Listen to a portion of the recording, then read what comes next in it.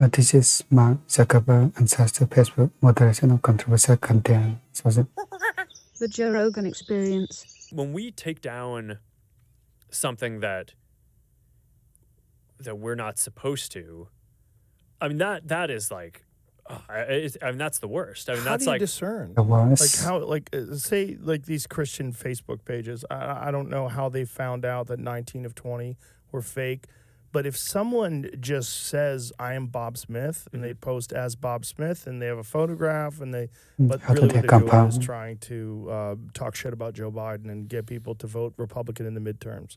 Like how do you know whether someone's real or not? Like this is the big argument with Elon and Twitter, because Elon asked Twitter, like, what percentage of your website is filled with bots? And they say 5%. And he says, I don't believe you. I think it's higher. And let's find out how you've come to this conclusion. Yeah. And, you know, they're, lots I of believe they said bots that they just there. took 100 random Twitter pages and looked at the interaction, and there's some sort of an algorithm they applied to it. But how do you discern? Yeah, so I mean I think estimating the overall prevalence is one thing, but I think that the question of looking at a page and is this page authentic, I think that there's a bunch of signals around that. One of the things that we try to do is for large pages, we try to make sure that we know who the admin of that page is. We don't necessarily, if you should be able to run an anonymous page, you don't necessarily need to out yourself and say who you are running it, but we want to make sure that we sort of have like an identity for that person on file, so that way we know, like at least behind the scenes, that that person is real. For certain political things, I think having a sense of what country they're originating from. I mean, some of that you can do just by looking at where their server traffic comes from, like is the IP address coming from Romania, or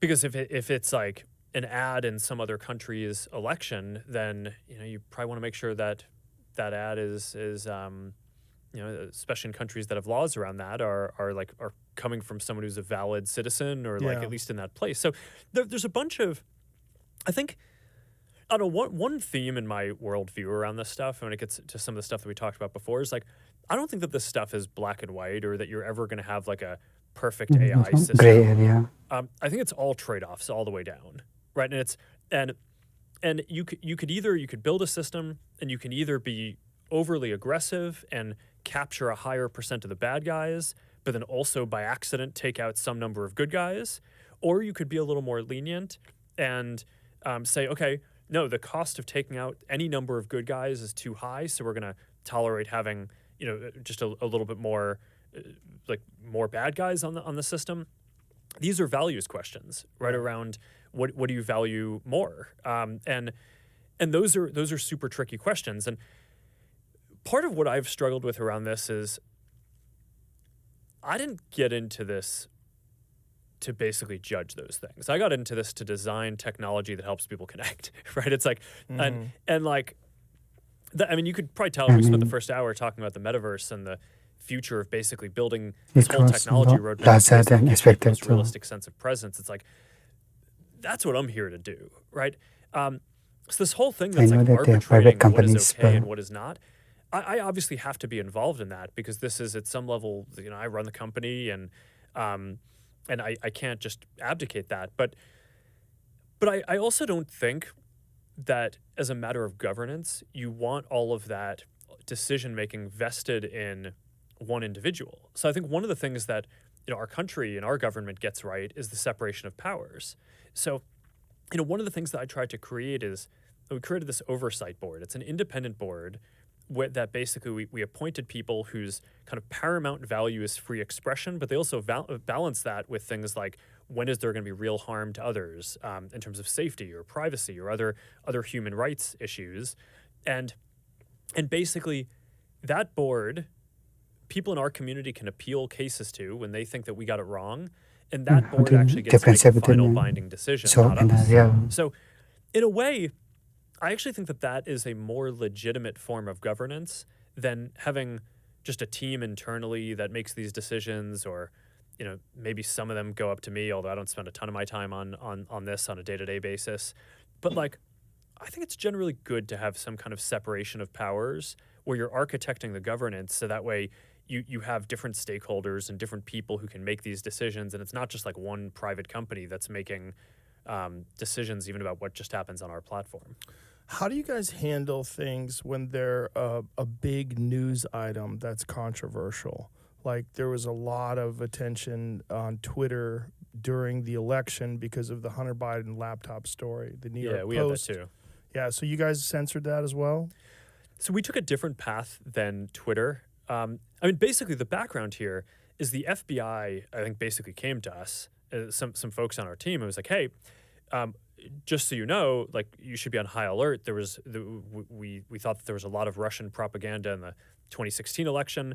We have it on notice that basically there's about to be some kind of dump of that's similar to that. So just be vigilant. So our protocol is different from Twitter's. What Twitter did is they said you can't share this at all. We didn't do that.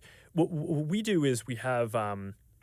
If something is reported to us as potentially misinformation, important misinformation, we also have this third-party fact-checking program because we don't want to be deciding what's true and false.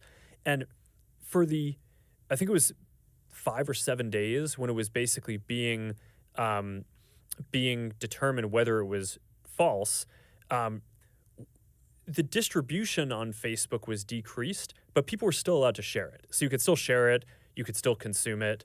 So when you say the distribution is Shadow decreased, banning. It got shared. how does that work? It basically, the ranking in newsfeed was a little bit less. So fewer people saw it than would have otherwise. So it definitely. By what percentage? I don't know off the top of my head, but it's meaningful. But I mean, but basically, a lot of people were still able to share it. We got a lot of complaints that was the case. Obviously this is a hyper-political issue, so depending on what side of the political spectrum, you either think we didn't censor it enough or censored it way too much. But we weren't sort of as black and white about it as Twitter. We just kind of thought, hey, look, if the FBI, which I still view as a legitimate institution in this country, it's like very professional law enforcement, they come to us and tell us that we need to be on guard about something, then I want to take that seriously. Did they specifically say you need to be on guard about that story? No, I don't remember if it was that specifically, but it basically fit the pattern. When something like that turns out to be real, is there regret for not having it evenly distributed and for throttling the distribution of that story? What do you mean evenly distributed? I mean evenly in that it's not suppressed. It's not. Yeah. I mean, it sucks. Yeah. Yeah. I mean, because it turned out after the fact. I mean, the fact checkers looked into it. No one was able to say it was false, right? So basically, it had this period where it was getting less distribution. I think I think it sucks though. I think in the same way that probably having to go through like a criminal trial but being proven innocent in the end sucks. Like it still sucks to have like that you had to go through a criminal trial, but at the end you're free. So it's I don't know if the answer would have been don't do anything or don't have any process. I think the process was pretty reasonable. We still let people share it.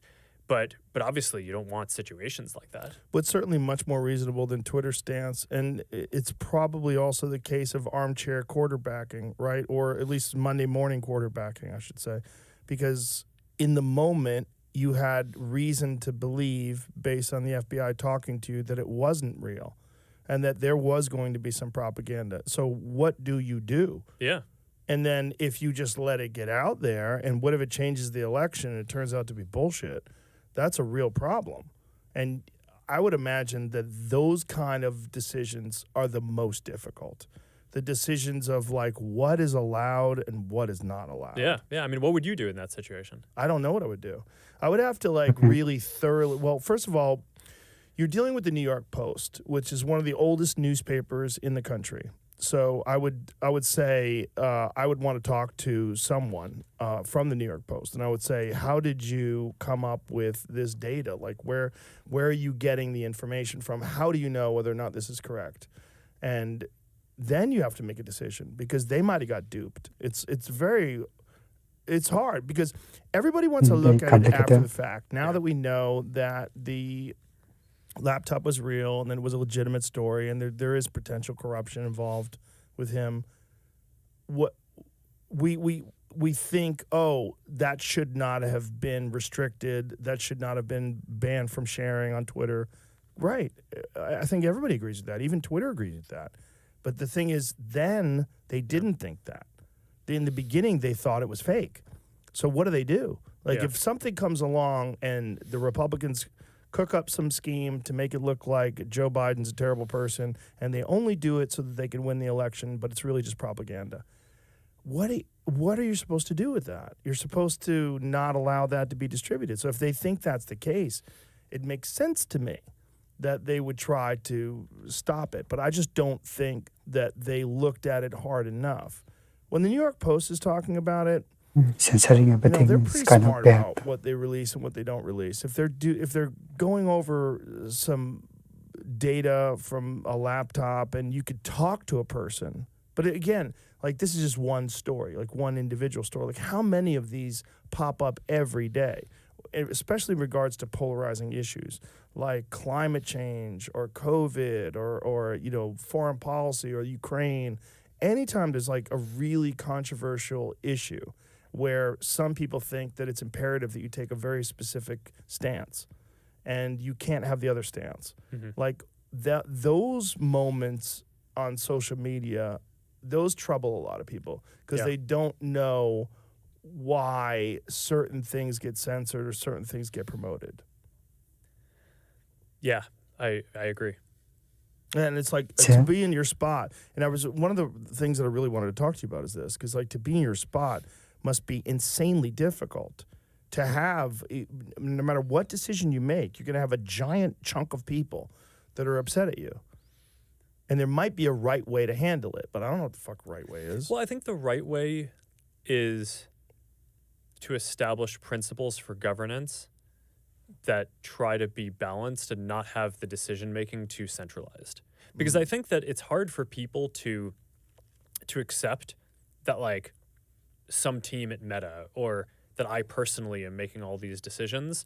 And I think people should be skeptical about so much concentration around that. So that's why a lot of the innovation that I've tried to push for in governance is around things like establishing this oversight board. So that way you have people who are luminaries around expression from all over the world, but also in the U.S.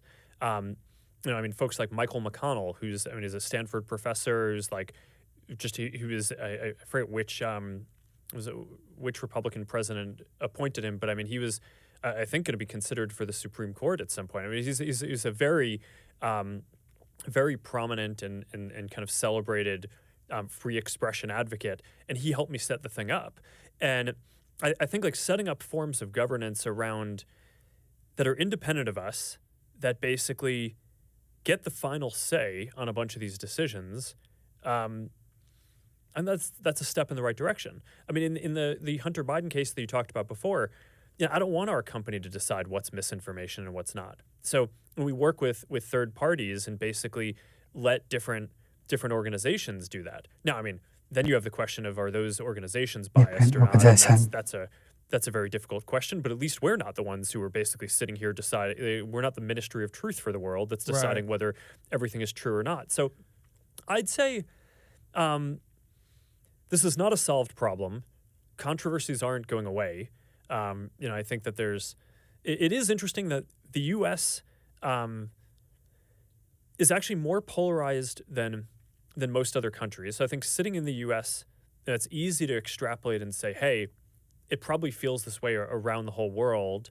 And from the social science research that I've seen, that's not actually the case. There's a bunch of countries where social media is just as prominent, but polarization is either flat or has declined slightly. So there's something kind of different happening in the U.S.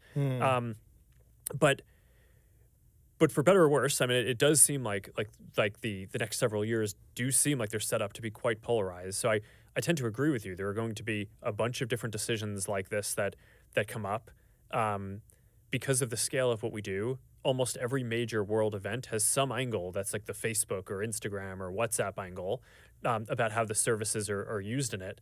So Yeah, I think just establishing as much as possible independent governance. They can be done by censoring everything, protecting the First Amendment. You can do anything about it. We should provide a good solution if you want to do anything. Which one of the developments?